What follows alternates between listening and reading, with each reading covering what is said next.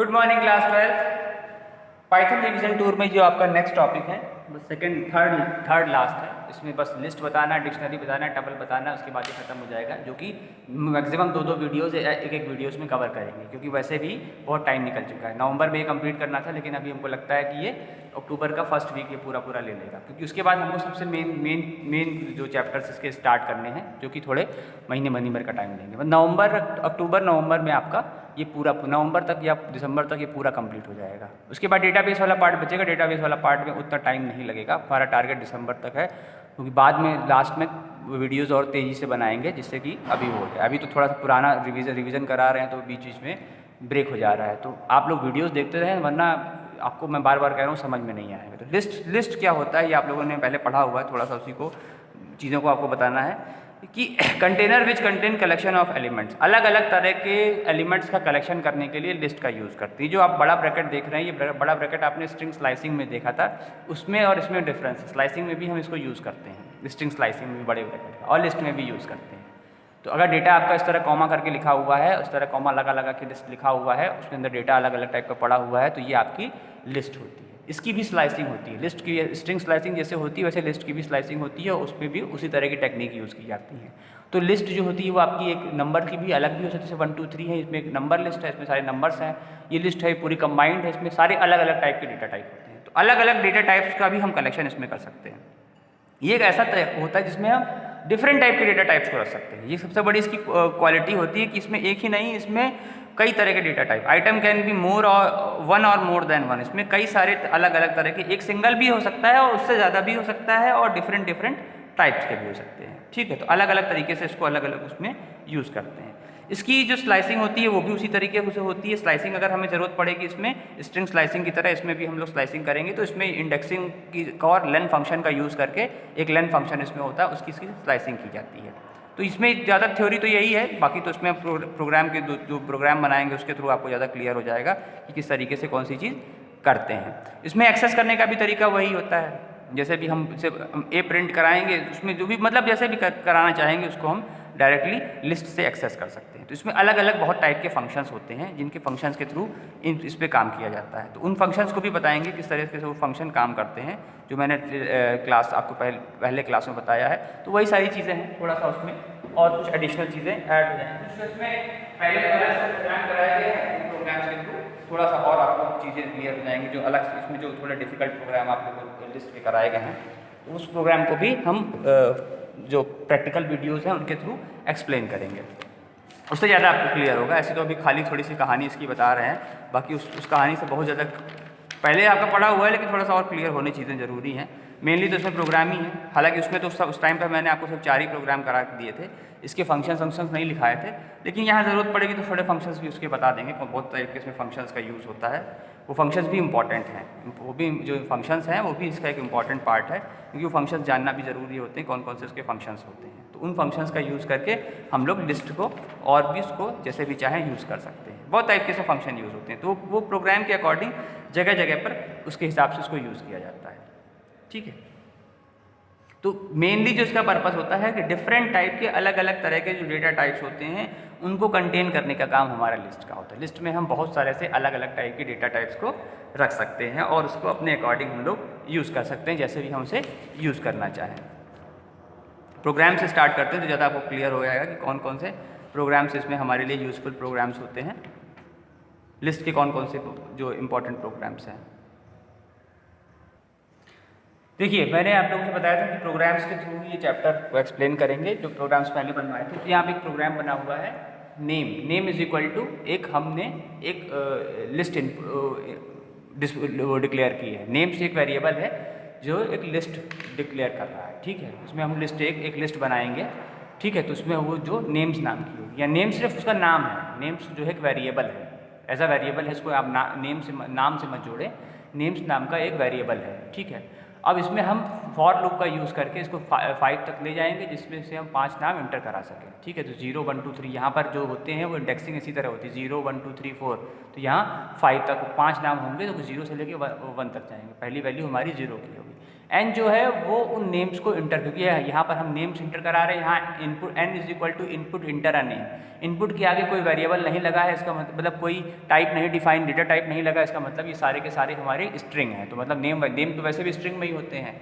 अब उसके बाद आता है नेम्स डॉट अपेंड। नेम्स जो है हमने एक लिस्ट डिक्लेयर कर दी, नेम्स वेरिएबल के थ्रू हमने एक लिस्ट डिक्लेयर कर दी, लेकिन अभी वो लिस्ट जो है वो एम्प्टी है, बिल्कुल खाली है, उसमें कुछ भी नहीं। अब उसमें हमको डालनी है वैल्यूज़, जो भी वैल्यूज़ है वो हमें वैल्यूज़ उसमें डालनी, जो भी हम नेम्स इंटर कर रहे हैं वो उसमें डालेंगे। अपेंड फंक्शन जो होता है, अपेंड फंक्शन का काम क्या होता है? अपेंड फंक्शन ये काम, इसका मेन पर्पज़ ये होता है add single item to an existing list. कोई भी लिस्ट जो हमने कर ली है उसमें अगर हमें एक आइटम ऐड करना, हमने यहाँ पर एक एम्प्टी लिस्ट क्रिएट की है, इस एम्प्टी लिस्ट में हमको अपनी तरफ से आइटम ऐड करना है कीबोर्ड के थ्रू, तो उसको ऐड करने के लिए, उस लिस्ट में आइटम को ऐड करने के लिए, डालने के लिए अपेंड का यूज़ करते हैं। तो यहाँ पर जो ये लिस्ट क्रिएट होगी ये एम्प्टी लिस्ट होगी जिसमें 5 चीज़ें हम डाल सकते हैं, ठीक है। अब यहाँ जो n है, ये n जो है ये हमने n यहाँ पर इनपुट किया है। जब n जो है वो 0 से लेके 4 तक जाएगा, मतलब यहाँ पर चार चीज़ें इनपुट होंगी, मतलब होंगी 5 चीज़ें, वो 0 से लेके 4 तक जाएंगी वो। तो यहाँ पहला नाम हम एंटर करेंगे, तो ये n जो है बार बार जो है स्ट्रिंग टाइप का है, तो n में हम पहला नाम देंगे तो पहला नाम उस एम्प्टी लिस्ट में जाकर ऐड हो जाएगा, फिर दूसरा नाम ऐड होगा, तीसरा नाम ऐड होगा, इसी तरह करके ऐड होते जाएंगे। तो ये जो प्रिंट स्टेटमेंट है, print enter names are names, तो वो print enter names are names जैसे हम करेंगे तो यहाँ पर नेम्स नाम की जो हमारा जो लिस्ट थी वो डिस्प्ले करेगी जिसमें पहले से ही नेम इंटर्ड होंगे, ठीक है। पूरी जब हम नाम इंटर कर लेंगे तो उसके बाद जब 5वां नाम इंटर करने के बाद इंटर बटन पे क्लिक करेंगे तो पूरी लिस्ट एक साथ दिखा देगा जिसमें सारे के सारे नाम आपके होंगे। तो यहाँ नेम्स एम्प्टी लिस्ट है, और ये अपेंड फंक्शन जो है इसके थ्रू हम लोग इसमें एक एक चीज़ें जोड़ रहे हैं, जहाँ पर हम फॉर लूप का यूज़ कर रहे हैं n को बार बार रिपीट कराने के लिए, ठीक है। n जो है वेरिएबल है, n की वैल्यू पहले 0 होगी, यहाँ पर एक नाम इनपुट होगा, n की वैल्यू 1 होगी, उसका दूसरा नाम इनपुट होगा, ऐसे करते वो 4 तक जाएगी। तो सारी वैल्यूज़ को बारी बारी से इंटर करते जाएगा। और उसके बाद नेम्स डॉट सॉर्ट जो है, सॉर्ट लिखा हुआ है, नेम्स डॉट सॉर्ट, यहाँ पर इसमें फंक्शन का बहुत यूज़ होता है। इसके अपने कुछ फंक्शंस होते हैं, उन फंक्शंस का यूज़ बहुत किया जाता है, वो फंक्शंस बता देंगे इसके कुछ प्रोग्राम कराने के बाद, इसके या प्रोग्राम्स में ही आपको फंक्शंस एक्सप्लेन करते चलेंगे, क्योंकि अलग से एक्सप्लेन करेंगे तो बहुत टाइम लग जाएगा। तो यहाँ सॉर्ट नाम का फंक्शन होता है, नेम्स डॉट सॉर्ट। नेम्स अब जो पहला प्रिंट स्टेटमेंट है, यहाँ तक आपका जो आपकी लिस्ट है उसमें नेम्स आपके इनपुट हो चुके हैं। अब उन नेम्स को हमको सॉर्टिंग करनी मतलब उसको एक ऑर्डर में डिस्प्ले करना है, ठीक है।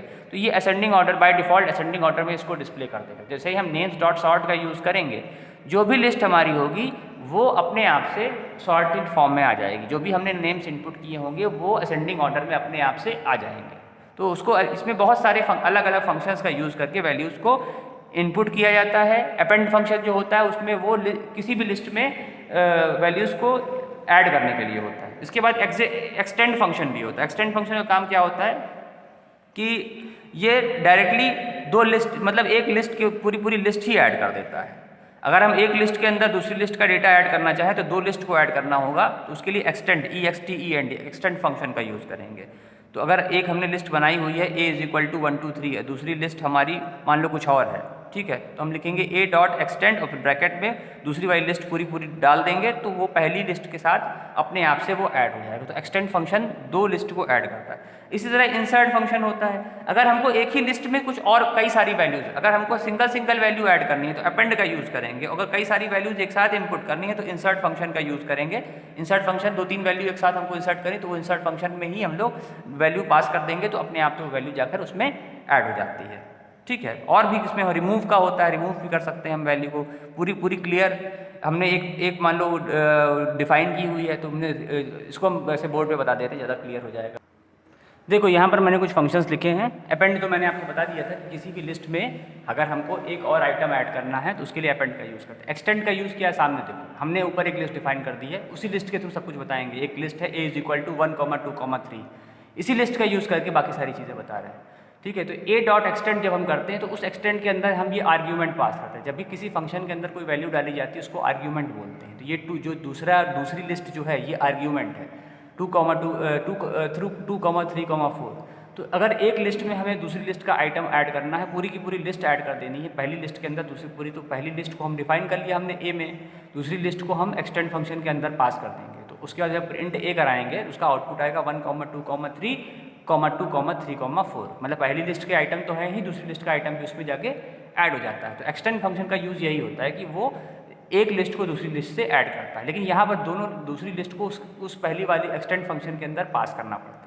इंसर्ट फंक्शन का काम क्या होता है, अगर हमको लिस्ट नहीं डालनी है, दो तीन चार वैल्यूज़ एक साथ करनी है, तो 2-3-4 वैल्यूज़ के लिए क्या करते हैं, इंसर्ट फंक्शन का। जैसे इंसर्ट के अंदर हमने 2,34 पास कर दिया, तो ये हमारी जो मेन लिस्ट है a = 1,2,3 उसी में आगे ऐड हो जाएगा। तो यहाँ पर आउटपुट आया है 1,2,3, एक छूट गई है वैल्यू यहाँ पे, 1,2,3 भी लिखेंगे और 34 भी लिखेंगे और 3 भी लिखेंगे, एक वैल्यू यहाँ पे छूट गई है गलती से, ठीक है, थोड़ा सा यहाँ पे चेंज हो जाएगा, वो वैल्यू ठीक है रिपीट हो जाएगी, थोड़ा सा यहाँ गलत हो जाएगा, 1,2,3 वो 3 वैल्यूज होंगी और फिर 34 इस तरह से ये वैल्यू है।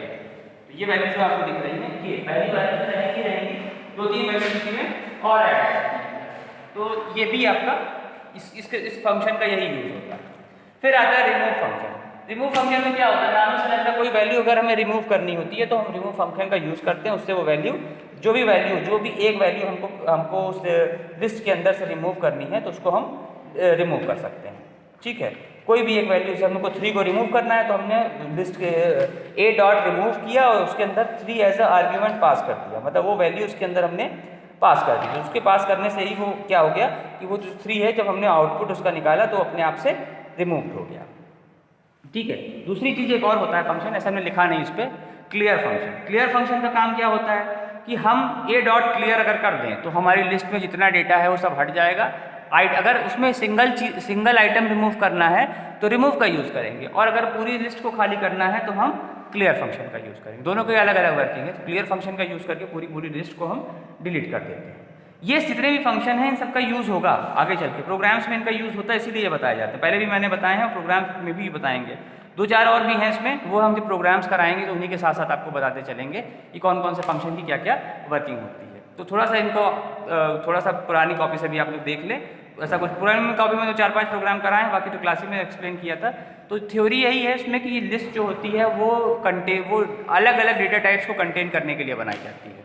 लिस्ट और स्ट्रिंग स्लाइसिंग में आप कंफ्यूज मत होना, क्योंकि दोनों में बड़ा ब्रैकेट लगता है, वो यूज़ करते करते समझ में आएगा कहाँ पर लिस्ट है। तो यहाँ पर ये जो कॉमा लगा कर डिफाइन हुआ है, ये आपकी एक लिस्ट है जिसमें अलग अलग तरीके के एलिमेंट हैं। यहाँ a = 1,2,3, तो ये एक इंटीजर लिस्ट है, इसमें सारे इंटीजर वैल्यूज हैं, लेकिन हम अलग अलग वैल्यूज़ को भी कर सकते हैं, और एक लिस्ट के अंदर एक छोटी लिस्ट भी यूज़ कर सकते हैं। हमने एक लिस्ट बनाई बड़ी लिस्ट, तो वो हमारी नेस्टेड लिस्ट हो जाती है। अगर एक लिस्ट के अंदर दूसरी लिस्ट हमने 1, 2, और 3 की जगह पे हमने एक छोटी सी लिस्ट उसमें डाल दी, ठीक है, तो वैसा भी किया जा सकता है, वो भी पॉसिबल होता है इसमें, इस तरीके से हम उसको भी कर सकते हैं।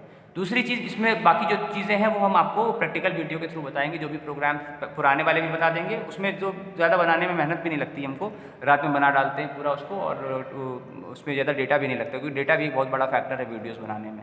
नॉर्मली मैं एक दिन में 4 से 5 ही वीडियो बना पाता हूँ, क्योंकि उतना डेटा अवेलेबल नहीं होता है, डेटा ही इतना ज़्यादा हो जाता है कि उसके लिए 4-5 वीडियो बनाने में ही 4 GB डेटा लग जाता है, तो वो डेटा भी एक बड़ी प्रॉब्लम होती है। प्रैक्टिकल वीडियोज़ में डेटा नहीं लगता, वो बहुत छोटे छोटे साइज़ के वीडियोज़ होते हैं, तो उनके थ्रू बताना आपको समझने में भी आसानी होगी, और आपको, क्योंकि वहाँ भी आपको मेरी आवाज़ भी सुनाई देगी, और साथ साथ वो प्रैक्टिकल भी आपको दिखाते जाएंगे कि किस तरीके से हो रहे हैं। लेकिन मैं बार बार रिपीट कर रहा हूँ कि आप लोग पढ़ना शुरू कर दें, क्योंकि अब वाकई में बहुत ज़्यादा टाइम नहीं रह गया है। अभी भी अगर आप लोग सीरियस नहीं हुए तो बिल्कुल इसको हल्के में मत लें, बाकी सब्जेक्ट की तरह इसी से इसको ट्रीट करें। जितनी आप मेहनत फिजिक्स में कर रहे हैं उतनी मेहनत आपको इसमें करनी पड़ेगी, क्योंकि ये उतना ही डिफ़िकल्ट है। अभी भी आप लोग अगर नोट्स नहीं बना रहे हैं तो ये बहुत बड़ी गलती करेंगे, क्योंकि स्कूल जिस दिन खुलेगा तो पहले आपके नोट्स ही चेक किए जाएंगे हर क्लास के और हर सब्जेक्ट के, नहीं मिला ना तो फिर उस दिन हिसाब बराबर होगा कायदे से। नोट्स भी बनाते रहें, इन वीडियोस को डेली, मैंने भी पहले कहा है स्कूल चल नहीं रहा है, डेली 1 घंटे का टाइम आप कंप्यूटर के लिए ज़रूर निकालें, पुरानी चीज़ें रिवाइज़ करें, रिवाइज भी करते चलें, और जो नया बताया जा रहा है वो भी पढ़ते चलें, वरना ये आगे चल के बहुत प्रॉब्लम क्रिएट करने वाला है। तो डेली और अब तो आप मोबाइल के थ्रू ही आपको प्रोग्राम रन कराने हैं, तो वो भी आप रन करा के देखते रहें, चीज़ों को समझते रहें, वरना ये बहुत दिक्कत करेगा। बार बार बोलने के पीछे वजह यही है, क्योंकि मुझे नहीं लगता कि बहुत ज़्यादा सीरियसली आप इन चीज़ों को ले रहे हैं। 11th में उतनी डिफिकल्ट नहीं थी कंप्यूटर, और वैसे भी वो पेपर मेरे हाथ में था, ठीक है। यहाँ पेपर मेरे हाथ में कुछ नहीं, यहाँ पे इंटरनल के नंबर भी एक्सटर्नल के नंबर भी पूरी तरीके से मेरे हाथ में नहीं है, वो तो बाहर से जो आएगा वो कराएगा, वो अलग मैटर है, वो तो सॉल्व हो जाएगा। लेकिन एग्जाम 70 नंबर की जो थ्योरी है उसमें आपको बिना पाइथन को टच किए अगर आप अच्छे नंबर लाएंगे तो ये आप भूल जाए, पाइथन को तो आपको टच करना ही पड़ेगा। डेटाबेस और नेटवर्किंग के दम पे सिर्फ 30 ही नंबर आ सकते हैं मैक्सिमम, लेकिन 40 मार्क्स का तो उसमें पाइथन ही रहेगा, तो पाइथन को तो आपको हर हाल में टच करना है और थोड़ा सा मेहनत आप कर देंगे तो इससे आपके बाकी सब्जेक्ट से अच्छे मार्क्स आ सकते हैं और इम्प्रूवमेंट हो सकती है। समझाना मेरा क्या है, बाकी समझना ना समझना तो आपके ऊपर है। इसके बाद ये लिस्ट वाला पार्ट हम आजकल के अंदर ही आपको प्रैक्टिकल वीडियोस के थ्रू और चीज़ें उसमें क्लियर कर देंगे, जिससे कि ये 4, 5, 7, 8 तारीख तक ये ख़त्म हो जाए, जिससे कि हम तुरंत ही फंक्शन वाला चैप्टर जो क्लास 11 क्लास 12 की मेन पाइथन का चैप्टर है, ऐसा नहीं है, पाइथन रिवीजन टूर में जितनी भी चीज़ें बताई गई हैं वो सारे क्वेश्चन आप जो क्वेश्चन मैंने लिखवाए भी हैं आपको नोट्स में दिए हैं वो सब एग्जाम में आए हुए हैं, कभी ना कभी वो आपके बोर्ड एग्जाम में आए हुए हैं। जो 11th में जितना भी पढ़ा है उसका जो भी पार्ट रिपीट हो रहा है वो सब आपके बोर्ड एग्जाम में भी उसमें कहीं ना कहीं 2 मार्क्स 3 मार्क्स में सब पूछा गया है। वो दोनों चैप्टर से भी समझो अगर 40 मार्क्स का तो 10 मार्क्स का तो उन चैप्टर से आएगा ही आएगा। पाइथन रिवीजन टूर के दोनों चैप्टर से 10 मार्क्स का कवर होगा, ये 100% है। 30 मार्क्स में आपकी नई वाली पाइथन आएगी जो आप लोगों को अब नए सिरे से पढ़नी है, जो अब इस चैप्टर जब ये चैप्टर ओवर हो जाएगा तो उसके बाद से उसको नए तरीके से उसको फिर से आगे हम बताएंगे।